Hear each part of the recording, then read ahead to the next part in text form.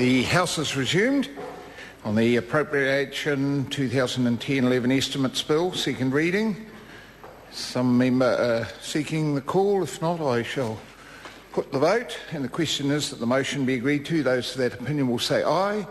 Contrary, no. The ayes have it. Party vote. The clerk will conduct a party vote. New Zealand National. 58 votes in favour. New Zealand Labour. 43 votes opposed. Green Party. 9 votes opposed. ACT New Zealand. 4 votes in favour. Maori Party. Progressive. 1 vote opposed. United Future. 1 vote in favour. Any other votes?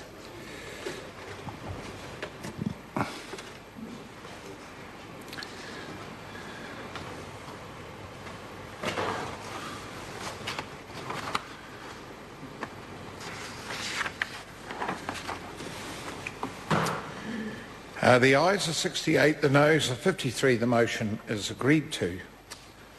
Appropriation 2010-11 Estimates Bill, third reading.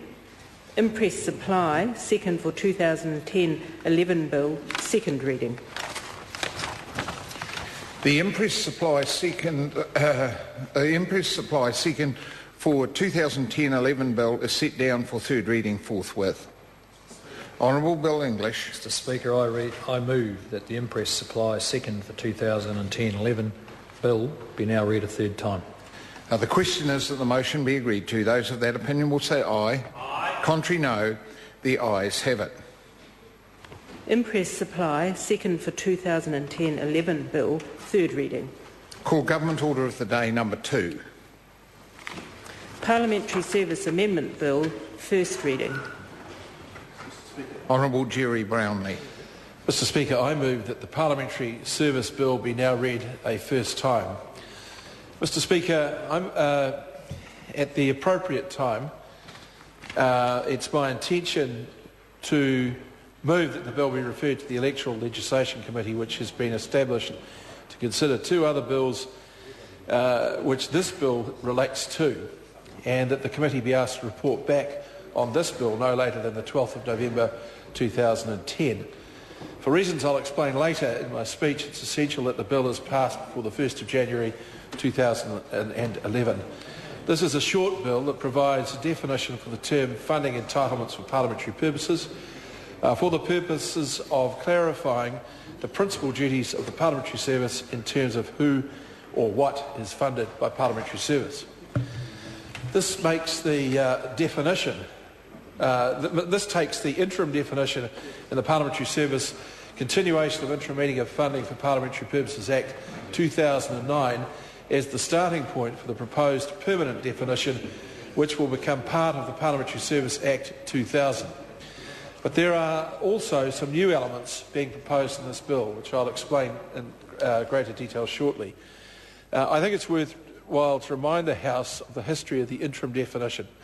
The Auditor-General's report on advertising expenditure during the 2005 general election concluded that some of the expenses that were met by the vote from parliamentary service appropriation were in fact election expenses and should not have been paid by the parliamentary service.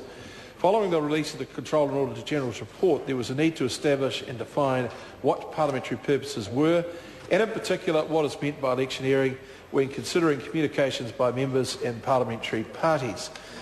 Concern was also expressed that while the Controller and Auditor-General's report focused on advertising expenditure, it had implications for all expenditure under vote parliamentary service appropriations. The Appropriation Parliamentary Service Validation Act 2006 was subsequently introduced to give clarity to the phrase funding entitlements for parliamentary purposes. This is an important term for defining the elements or entitlements that members and parties receive under the Parliamentary Service Act 2000 and the Civil List Act 1979. The definition specifies that publicity was within the scope of funding entitlements for parliamentary purposes unless it included explicit electioneering.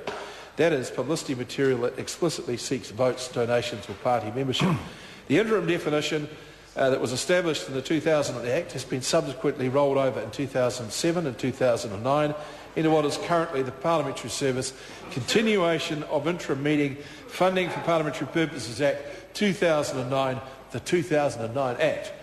Because the current interim definition expires on the 31st of December 2010, it's essential that this bill be passed by that date.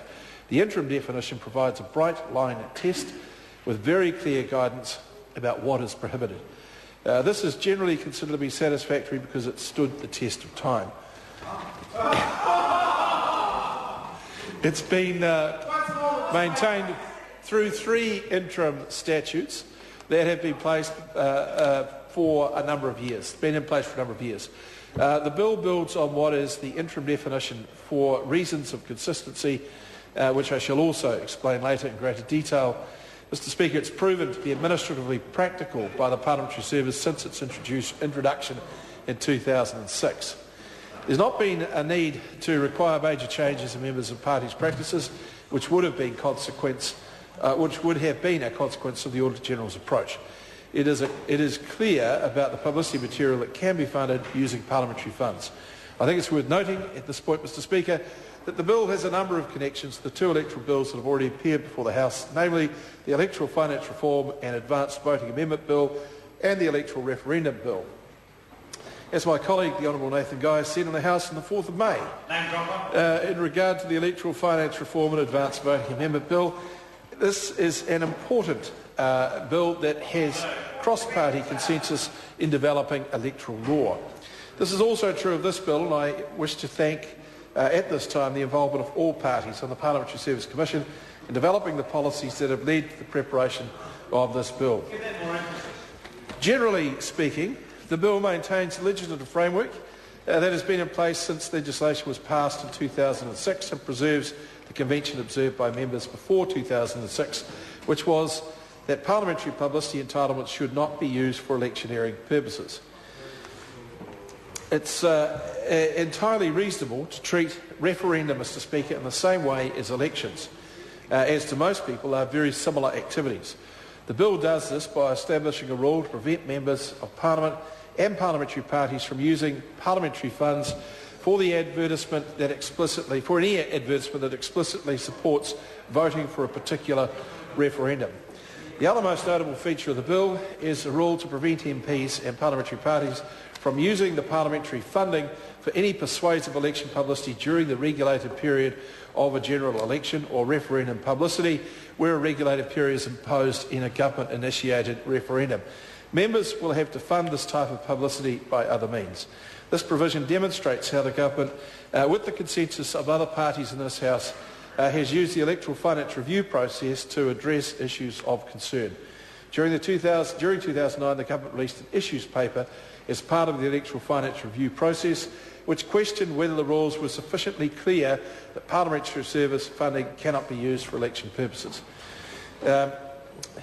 As I've already observed, the government has openly raised issues relevant to this bill in the electoral finance review, and it's been a cooperative process across the House. With that cooperation of other parties on the Parliamentary Service Commission, we've sought to develop enduring solutions by building on rules that were enacted in 2006 with an aim to achieving greater clarity. Mr. Speaker, the Parliamentary Service Commission's work will be picked up by the Electoral Legislation Committee, which, because it's already considered the electoral bills which this bill is related to, is well placed to give prompt consideration to the Parliamentary Service Amendment Bill, so it can be passed before the current interim act expires. Mr. Speaker, I commend this bill to the House. The question is that the motion be agreed to. Mr. Speaker. Honourable.